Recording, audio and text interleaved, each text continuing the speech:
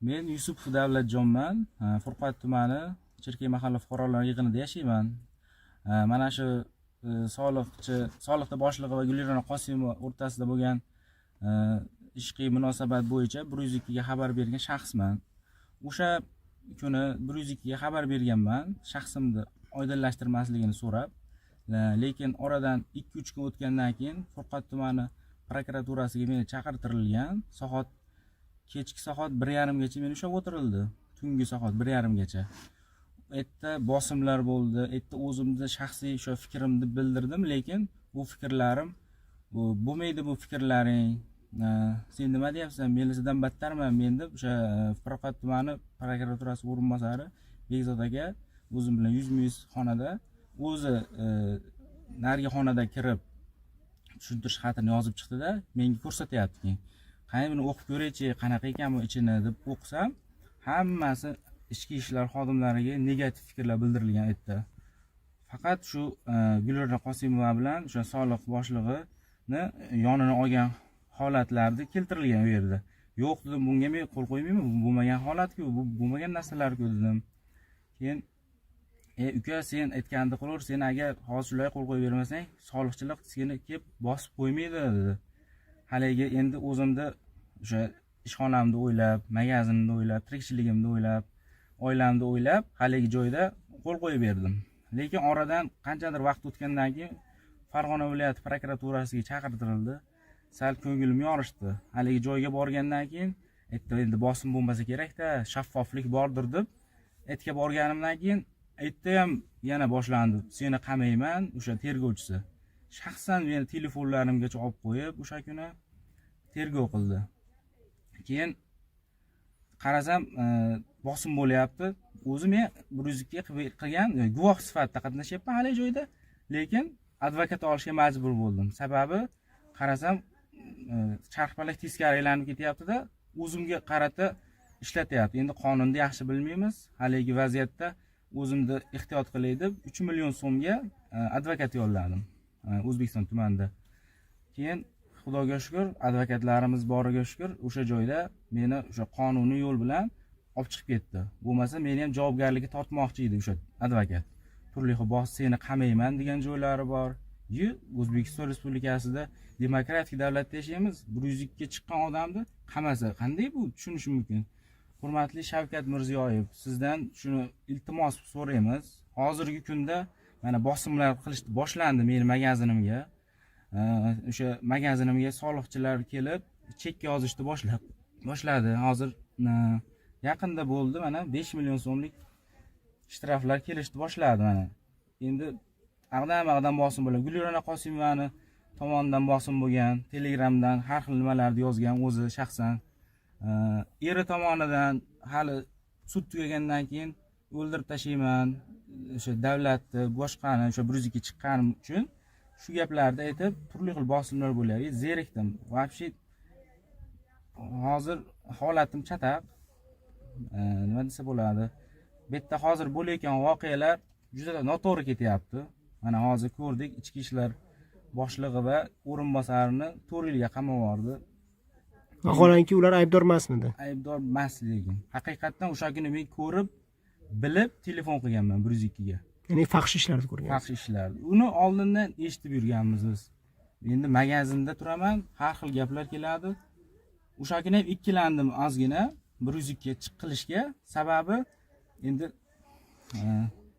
bu nima narsada endi hali 102 ga qilishdan oldin o'yladim. Ozgincha o'ylab, o'shancha vaqt o'tib ketdi. Odamlar o'sha nimada kech qilgan, 102 kech tushgan deb ko'p nima qilib berdi. Uni eng qizig'i o'sha atrofda bo'lib turgan adolatsizlikni ko'rib, o'sha jinoyatni ko'rib, 102 ga xabar berib, bugungi kunda ta'na-doshnolar ortida qolyapman. Yuqori turuvchi mansabdor shaxslar tomonidan bosim ostida qolib ketyapman. Hozirgi kunda o'sha magazinimga bo'layotgan o'sha chekka deydimi, nima deydi, soliq tomonidan har xil tekshiruvlarga sababchi bo'lyapti. Mana shu ishlar hammasi bu. Mana shu sud tugashi bilan mana shu bosimlar yanada kuchayyapti menga nisbatan. Siz aytingiz, ayting.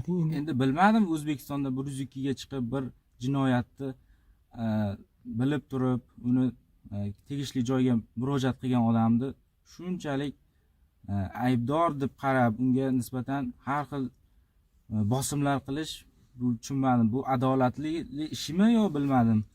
Hurmatli Shavkat Mirziyoyev, sizdan o'tinib so'rayman. Hozirgi kunda menga nisbatan bo'layotgan bosimlar tobora ko'payib bormoqda. Boya aytdingiz, prokuratura menga bosim qildi, videolar, keyin u bosim qilgan videosini so'rasam o'chirib yuborishibdi deb aytdingiz. Shu haqida ham gapira olasizmi? Keyin yana bir narsa, o'sha Farg'ona viloyatida o'sha prokuraturada bo'lib turgan tergov jarayonida shu voqealarni tergov xodimiga aytganimda ham ularni ham inobatga olmagan. Faqatgina shu melisalarni qamash, men melisalarni yonbosish tarafida emasman.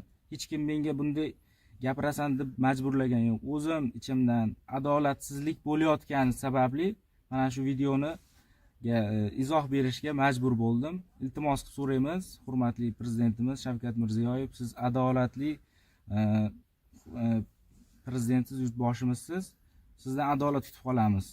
Hozir Furqatda bo'layotgan bunday ishlar juda chalkash bo'lib ketdi oxirgi kunlarda. Yo, prokuraturaga izoh bering. O'chirib yubordi videoni deyapsiz. Qaysi videoni o'chirib yuborgan ular? O'sha kunga kerak bo'lsa Furqat tumanida bo'lib o'tgan tergovgacha surishtiruv jarayonidagi o'sha xonani ichida turgan kameralar ko'tarsa agar o'sha kuni qanday bosimlar bo'lganini aniqlashtiradi. Shu bo'yicha ham bir izoh bersin. Shuni so'raganingizda nima deyishdi? O'chirib yubordik deyishdimi? Buni aytganimda ularni inobatga olmagan tergov jarayonida, o'sha Farg'ona viloyatida. Men nima deyapsan?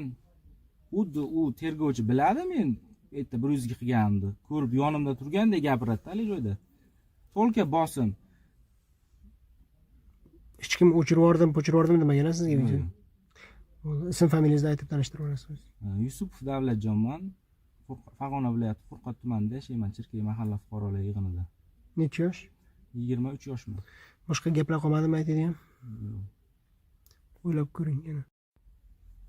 Eng qiziq joyi o'sha prokuratura tomonidan Furqat tumanidan bosimlar bo'lganda, shaxsan o'sha prokuror o'rinbosari Bezod aka tomonidan men aytgan yo'lga yurasan, agar mana shu narsaga qo'l qo'ymasang, seni soliq xodimlari kelib magazin taftish qilib bosib qo'ymaydi. Bularga qanday qaraysan? deb shunday bosimlar o'tkazilgan. Toshkent shahariga 2 kunga ketib borasan degan menga o'sha qo'yib berganimdan keyin qo'l qo'yib berganimdan keyin sen Toshkent shahariga ketasan, 2 kun ko'rinmay turasan, melisalar ko'ziga bo'lmasa seni qo'ymaydi ular deb shunday bosimlar bo'lgan. Bularni hazm qilib bo'lmaydi. Shunchalik prokuratura tomonidan kuchli bosim bo'ldiki, haligacha o'zimga kelolmay yuribman. Hozirgi kunda ham davom etyapti mana. Qachongacha davom etadi? Bunga kimdir to'xtatadimi, buni izoh beradimi? 24 ga kirdim meni yoshim. Hali shuncha yashashim kerak. O'zbekistonda bormi?